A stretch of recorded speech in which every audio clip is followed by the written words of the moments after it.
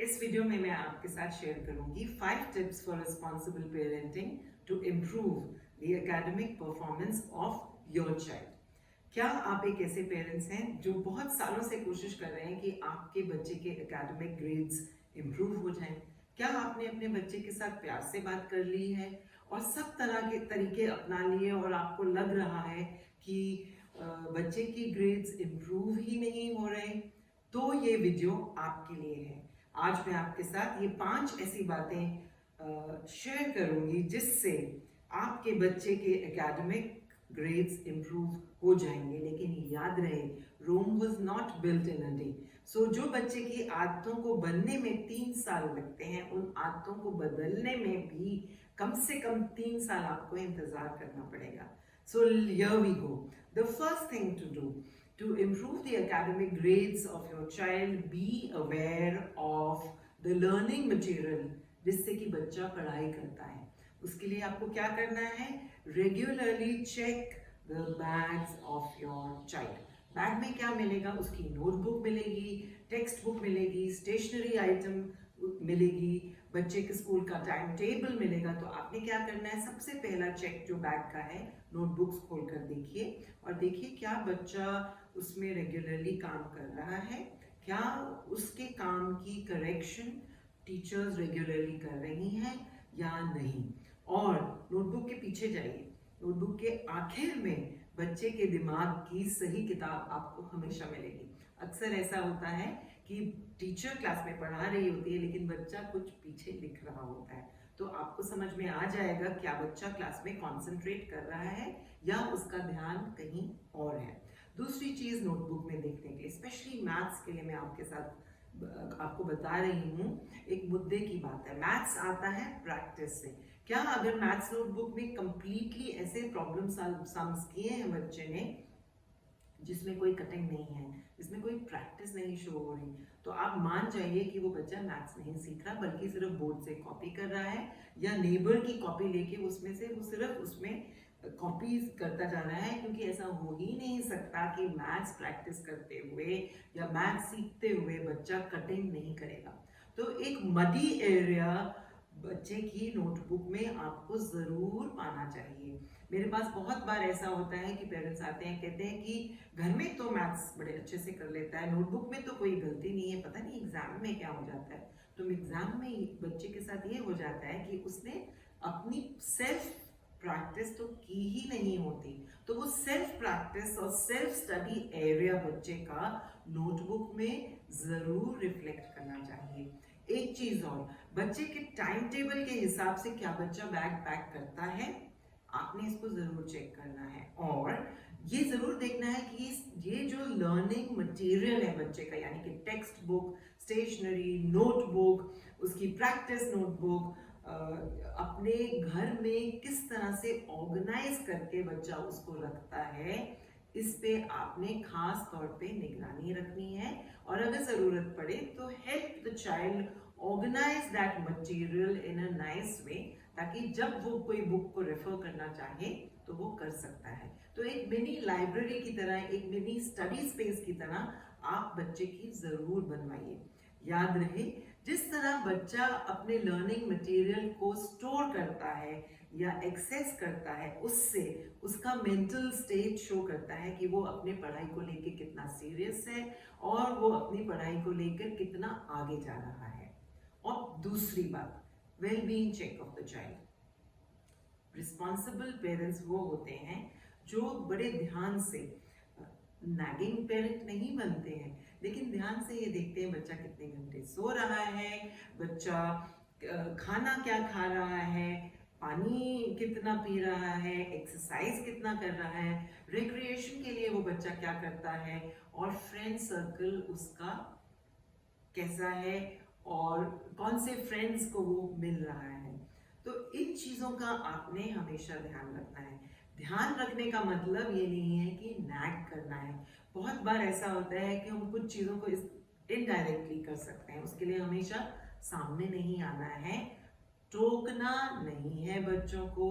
अपनी ऑब्जर्वेशंस लेकर आप समझ लीजिए, उसके बाद समझने के बाद बड़े ध्यान से बच्चे को गाइड करना है और उसकी इस आदतों को एक होलसम बनाना बहुत बहुत ज़रूरी है। तीसरी चीज़, आपको अवेयरनेस होनी चाहिए। स्पेशली अडोलेसेंस में ऐसा होता है कि कभी कभी अडोलेसेंस को ऐसा लगता है कि जो हम कर रहे हैं वो बिल्कुल सही है, और हमारे शायद पेरेंट्स को इसके बारे में कुछ नहीं पता है। तो कभी कभी बड़ा एक इंटेलिजेंट पेरेंट क्या करते हैं, आपके टीचर से बैठकर किताब खोल के समझ लेते हैं कि स्कूल का असेसमेंट प्लान क्या है।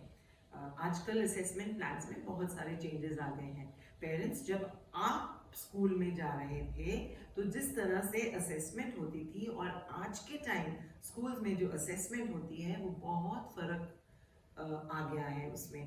तो अक्सर ऐसा होता है, रिवीजन को ही हम असेसमेंट मानते हैं, क्लास इंटरैक्शन को हम असेसमेंट मानते हैं। तो आपको स्कूल के असेसमेंट प्लान के बारे में ज़रूर पता होना चाहिए।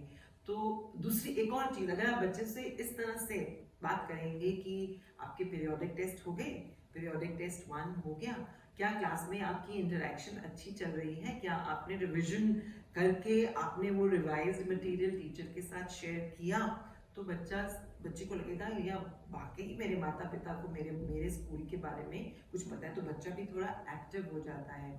तो ये ज़रूर जान लीजिए कि हाफ ईयरली, जैसे कि अब हाफ ईयरली एग्जाम्स अगर आ रहे हैं तो ज़रूर जान लीजिए, स्पेशली जिस सब्जेक्ट में आपको लगता है कि बच्चे के मार्क्स आपकी एक्सपेक्टेशन से कम आ रहे हैं, तो ज़रूर टीचर से जाके समझ लीजिए कि मैथ्स में 8 चैप्टर आ रहे हैं, कितने आज तक कवर हो चुके हैं, रिवीजन में कितना टाइम लगेगा।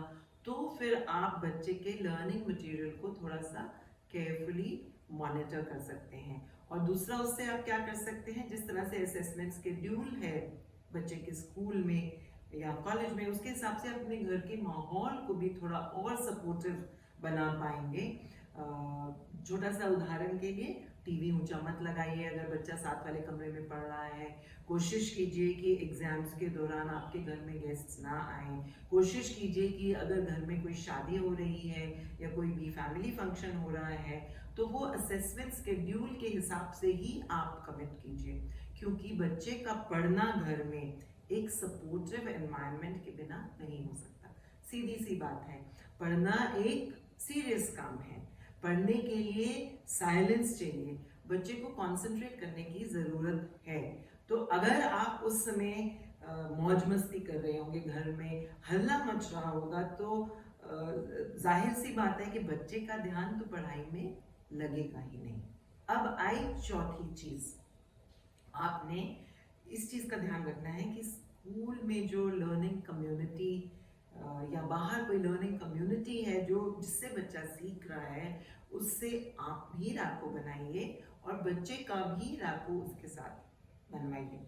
मैं आपको ये बात को एक एग्जाम्पल के साथ समझाती हूँ। कभी कभी ऐसा होता है कि क्लास में कुछ बच्चे सुपर सेंसिटिव होते हैं, और अगर सारी क्लास को डांट पड़ रही है तो वो बच्चा जिसने कुछ गलत किया भी नहीं होता है और उसका काम भी पूरा कंप्लीट होता है, लेकिन जब वो सारी क्लास को डांट पड़ रही होती है तो बच्चा भी उस डांट को सुनकर सहम जाता है और वो अपने दिमाग में एक माइंडसेट क्रिएट कर लेते हैं कि ये टीचर तो अच्छे नहीं हैं, ये सबको डांटते हैं और ये बहुत हार्श हैं और इसके साथ तो मैं बिल्कुल नहीं पढ़ सकता या पढ़ सकती। तो अगर आपको इसके बारे में पता लगे कि बच्चे का रिलेशनशिप टीचर के साथ कॉम्प्रोमाइज हो रहा है and the child is developing a fear of the subject because of developing a dislike with the teacher, तो इस बारे में, इस मिसअंडरस्टैंडिंग को एड्रेस करना बहुत बहुत ज़रूरी है।